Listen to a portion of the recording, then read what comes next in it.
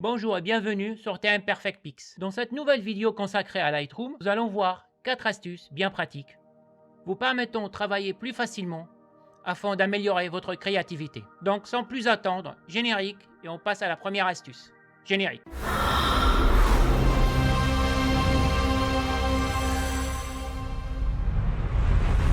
Dans cette première astuce, nous allons travailler sur le filtre gradué ici. En fait, ça sera la même chose sur les deux autres, mais on va prendre juste pour exemple celui-là. On va juste faire un petit filtre ici. Donc on va s'intéresser plus particulièrement en fait dans les options de ce filtre aux couleurs ici. D'accord. Vous savez que quand on applique un filtre, en plus de faire certains réglages, exposition, contraste, lumière, etc., on peut en fait affecter une couleur aussi. Donc par exemple, si j'affecte du bleu, on voit bien là où j'ai appliqué mon filtre, ça passe en bleu. En vert, c'est pareil. Donc on sélectionne ici dans la palette de couleurs et ça s'applique à notre filtre graduellement. Donc juste avant la ligne, c'est 100%. De le début jusqu'à le début de la première ligne ici, c'est 100%. Et après, il va de façon graduelle jusqu'à obtenir 0. Donc vous voyez, la dernière ligne, j'ai presque pas le vert. Et donc ça diminue. D'accord. Si j'agrandis un peu, c'est pareil. Donc ici, si je réduis, voilà, on voit bien, ça devient un peu plus ou moins net si ma zone est tout petite. En fait, voilà, l'astuce consiste non seulement juste comment appliquer une couleur, donc ça c'est connu. Ce qui est en plus intéressant ici, c'est que on va pouvoir sélectionner une couleur non seulement dans la palette, mais une qui se trouve dans la photo, et plus intéressant encore, une qui se trouve en dehors de Lightroom, complètement en dehors de Lightroom. Donc je vous montre, je vais juste réduire mon Lightroom. Donc vous voyez bien là, j'ai réduit juste Lightroom. En dehors, derrière là, j'ai mon fond d'écran, donc il n'y a rien à voir avec Lightroom. Et si je recommence, je vais dans la palette de couleurs ici. J'ai toujours mon filtre sélectionné, hein, d'accord. Donc je vais ici, je clique, je commence. Alors très important par contre, il faut commencer à sélectionner une couleur dans la palette. C'est-à-dire, j'appuie sur le bouton gauche de la souris, je commence à sélectionner une couleur et je maintiens le bouton appuyé, le bouton de la souris appuyé, et tout en maintenant appuyé le bouton, je commence à aller dehors. Donc je vais sortir. Vous voyez à un moment donné, ici j'ai un X, c'est-à-dire que j'ai plus de couleur. Et là, je sors. Et regardez la couleur qui change. Regardez dans la palette. Regardez où se trouve la pipette et comment les couleurs réagissent. Regardez le ciel aussi. Donc, je suis en train de sélectionner une couleur, pardon, en dehors de Lightroom. Et cette option est aussi valable, ça marche très bien avec Photoshop. Quand vous sélectionnez une couleur dans Photoshop, vous allez aussi pouvoir faire ça en dehors de Photoshop. Donc ici, si je prends la couleur qui m'intéresse ici dans le ciel, on voit bien qu'elle se retrouve ici au niveau de Lightroom. Donc voilà pour la première astuce que je voulais vous montrer. On passe à la prochaine astuce.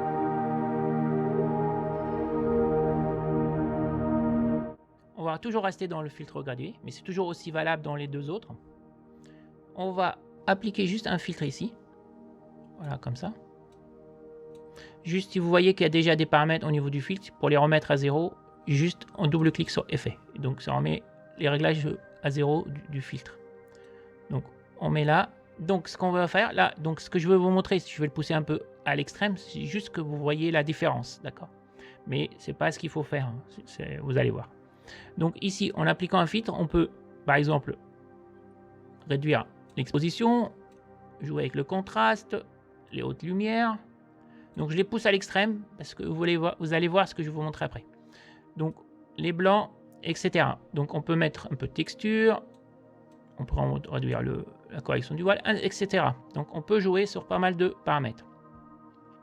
Donc comme vous voyez ici, j'ai un peu poussé à l'extrême. Je me suis dit, ah, t'as été un peu trop fort, donc on va peut-être un peu réduire tout ce qu'on vient de faire. Donc vous avez le choix d'aller sur chaque curseur et le réduire progressivement pour avoir ce que vous voulez. Ou vous avez aussi une possibilité que Lightroom vous offre, c'est de faire ça d'une façon plus globale, d'agir sur tous les curseurs en même temps. Donc pour faire ceci, vous allez ici tout en haut de vos réglages, vous avez une petite flèche blanche, vous voyez bien au niveau de ma souris ici, et vous cliquez sur cette flèche. Et là, vous allez voir, Lightroom, il vous a regroupé tous vos curseurs sous un seul curseur. Et là, d'une façon globale et proportionnelle, on va agir sur tous nos réglages en même temps. Donc ici, vous voyez bien au niveau de la photo mes réglages. Donc ici, si je redéveloppe toujours la petite flèche, je redéveloppe mes réglages. Vous voyez bien, tout à l'heure j'ai poussé un peu aux extrêmes, il a plus ou moins avancé ou reculé les curseurs selon mon réglage global.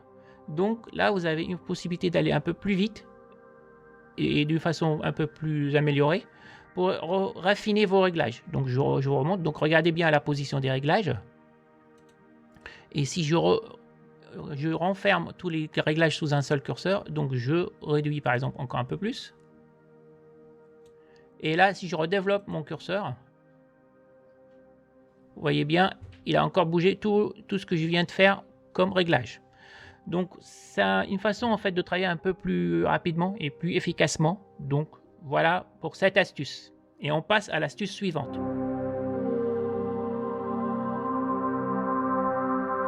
Dans cette nouvelle astuce, nous allons apprendre quelque chose de très intéressant sous Lightroom qui va vous permettre de travailler plus efficacement. Donc, je vais vous montrer. Donc, imaginons ici, lors d'une sortie, donc là vous reconnaissez l'arc de triomphe empaqueté, vous avez fait plusieurs photos d'un seul endroit, d'un seul lieu, et quand vous rentrez chez vous, vous vous rendez compte qu'il y a une photo ou des photos moins exposées que d'autres. Vous n'avez pas la même exposition, et vous dites c'est dommage, je n'ai une qui est bien exposée, mais les autres sont un peu sous-exposées ou surexposées. C'est dommage que je n'ai pas la bonne exposition sur les autres parce que le point de vue m'intéressait sur les autres, mais j'ai pas la bonne exposition. Donc Lightroom, il a une option qui va pour vous permettre de vous aider dans cette démarche. Donc je vais vous montrer ça tout de suite. Donc ici, imaginons que j'ai mis ces trois photos par exemple. Là, je suppose que celle-là, j'aime bien, l'exposition est normale et me plaît. Par contre, sur les deux autres, par exemple celle-là, vous voyez que c'est un peu sombre, donc c'est sous-exposé. Et sur la troisième, c'est un peu surexposé, d'accord? Donc là, j'ai trois photos. Il y en a une qui est bien exposée, les deux autres, c'est du même endroit, c'est du même point de vue, c'est pris. Et par contre, j'ai pas la même exposition. Et je me dis, est-ce que je peux avoir la même exposition sur le 3 ou quelque chose qui se rapprocherait le plus? Et donc là, notez bien que mes trois photos, en fait, ils sont en mode RAW. Donc si je prends celle-là, si vous voyez bien, donc je vais le faire même, réinitialiser là. Là, la surexposée, donc vous voyez, donc il n'y a aucun réglage, d'accord? Même pour les deux autres. Si je reviens sur celle qui est sous-exposée, ici, vous voyez bien, j'ai aucun réglage. Je vais même appuyer sur initialiser pour être sûr. Voilà, aucun réglage brut sorti de l'appareil photo. Donc, ce qui est intéressant, ce que vous pouvez faire ici, c'est vous prenez votre photo qui vous sert de référence avec la bonne exposition. Donc vous prenez cette photo là, vous la sélectionnez en premier, ensuite vous sélectionnez, si vos photos se suivent, vous prenez la dernière et vous faites Shift, et comme ça il va prendre tout ce qui suit. Si vos photos ne se suivent pas, il faut utiliser la touche CTRL. Donc CTRL et vous sélectionnez chaque photo qui vous intéresse. Voilà, là ce que je viens de faire. Voilà, une fois que vous avez sélectionné vos trois photos, la référence en premier et les deux autres, vous avez quelque chose à faire dans Lightroom. Donc je vous montre juste avant, regardez les paramètres ici, j'ai 0. D'accord? Vous allez dans paramètres, donc menu paramètres, et vous allez voir ici reproduire toutes les expositions. CTRL ALT majuscule M, le raccourci clavier. Donc vous sélectionnez cette option dans le menu paramètres, et donc regardez les photos en bas, les miniatures, et on va passer sur chacune. Donc la première, la référence, ici, il n'y a rien à bouger parce que c'est ma référence. D'accord? Mais si je passe aux suivantes, celle qui était sous-exposée, regardez, il a ajouté plus 2. Il a juste joué sur l'exposition, il m'a ajouté une exposition plus 2. Et celle qui était sous-exposée, pardon, surexposée, celle-là, il a enlevé moins 1,68. Vous voyez, il n'a pas touché d'autres paramètres, il a joué juste sur l'exposition.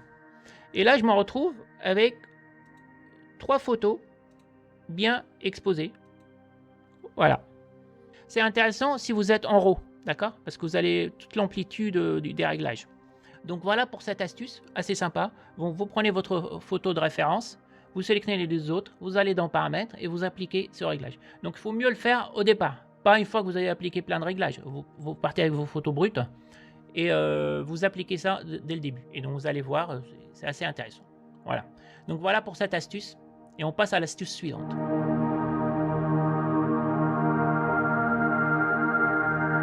Alors, dans cette dernière astuce, on va voir quelque chose d'intéressant. Donc ici, je retrouve toujours mes 3 photos, donc voilà. Et ce qu'on va faire ici, par exemple, d'habitude, en fait, vous avez des 3 photos, vous avez plusieurs 3 ou plus, et vous voulez faire à peu près un même recadrage. Par exemple, vous voulez tous les recadrer en carré, en paysage, en portrait, en 16/9, par exemple. Disons le premier, on va dire, on va le faire en carré. Donc je vais dans mon réglage. Ici, voilà, donc j'ai mon réglage, j'ai mon encadrement par défaut. Et donc je dis ici, je sélectionne, je dis je veux un mode 1x1, donc un mode carré. Donc je fais mon réglage comme ça. Voilà, je dis que ça me plaît, je fais entrer. Voilà, c'est fait. Ça va le faire, voilà. C'est fait, voilà, j'ai mon carré. J'ai mon recadrage carré. Très bien. Je passe à la suivante. Donc là, j'ai ma deuxième photo. Je vais dans l'outil recadrage. Et vous voyez, j'ai le recadrage par défaut. Donc je recommence. Je prends mon recadrage 1x1. Donc je me retrouve avec mon carré. Et je fais mon cadrage, je fais entrer. Si je prends la suivante, d'habitude ce qu'on fait, donc on voit la suivante, je fais pareil, recadrage, je me retrouve avec le recadrage par défaut, on va sélectionner un par un, ainsi de suite, d'accord? Donc, au lieu d'à chaque fois de faire, une fois que vous avez sélectionné le recadrage, resélectionner ici le mode de recadrage qui vous intéresse, il y a une astuce plus rapide pour faire ça, je vous montre, donc ça, on va pas le faire, on va remettre à 0 les autres. Donc, au lieu de refaire photo par photo, resélectionner le recadrage qui vous intéresse, surtout si vous l'avez déjà fait sur la première photo, ce qu'on va faire ici, regardez, on va prendre la première photo, on va faire notre recadrage comme d'habitude. Donc, je fais ici, je choisis carré. Donc là, je prends carré, juste pour vous voyez vraiment la différence. Donc, je prends carré.